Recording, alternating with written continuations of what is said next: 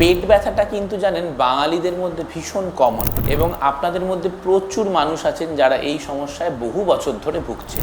এবার সাধারণভাবে কি হয়, আমরা বিভিন্ন ডাক্তারবাবুর কাছে যাই, গ্যাস অম্বলের এমন কোনো ওষুধ নেই যেটা আমরা ট্রাই করিনি, সব কিছু টেস্ট হয়ে গেছে, আলট্রাসাউন্ড, সিটি স্ক্যান, বেশ কয়েকবার করে এন্ডোস্কোপি, কোলোনোস্কোপিও হয়ে গেছে, কিন্তু কিছুই পাওয়া যাচ্ছে না।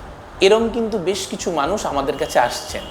তবে এক ধরনের পেট ব্যথা জানেন তো, যেটা খাওয়ার পরে হঠাৎ করে বেড়ে যায়। আবার বলছি, খাবার পরে হঠাৎ করে যে পেট ব্যথাটা বেড়ে যায়, এটাকে আমরা ডাক্তারি ভাষায় বলি পোস্ট প্র্যান্ডিয়াল পেন।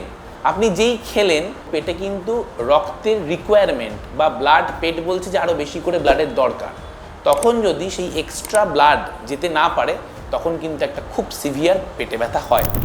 এই ধরনের ব্যথা আপনাদের মধ্যে কারুর যদি হয়ে থাকে, তার কিন্তু অতি অবশ্যই একটা সিটি অ্যাঞ্জিওগ্রাফি করা দরকার। কারণ একটা কমন কজ হচ্ছে সুপিরিয়র মেজেন্ট্রিক আর্টারি স্টেনোসিস। মানে সহজ করে বলতে গেলে, যে শিরাটা বা ধমনীটা আমাদের খাদ্যনালীর মধ্যে ব্লাড সাপ্লাই করে, সেখানে একটা জায়গা সরু হয়ে গেছে। সুতরাং খাওয়ার পরে এক্সেস ব্লাড পৌঁছতে পারছে না, আর ব্যথা শুরু হয়ে যাচ্ছে। এখানে আমরা দেখাচ্ছি, আমাদের রিসেন্টলি আমরা একজন পেশেন্টকে করলাম। এই ভদ্রমহিলা অনেক ডাক্তারঘর করেছেন, ফাইনালি এই ইউটিউবের মাধ্যমে জেনে আমাদের কাছে এসছেন।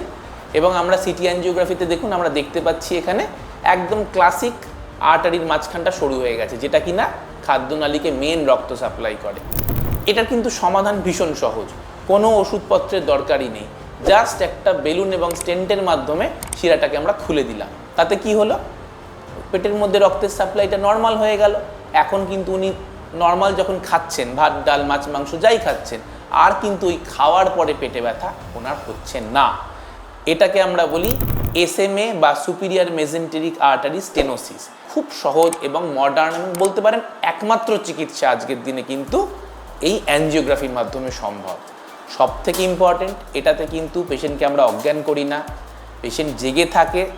পুরো জিনিসটা পেশেন্ট কিন্তু আমাদের সঙ্গে দেখছে, এবং দিনের দিন পেশেন্টকে আমরা ছুটিও করে দিতে পারি।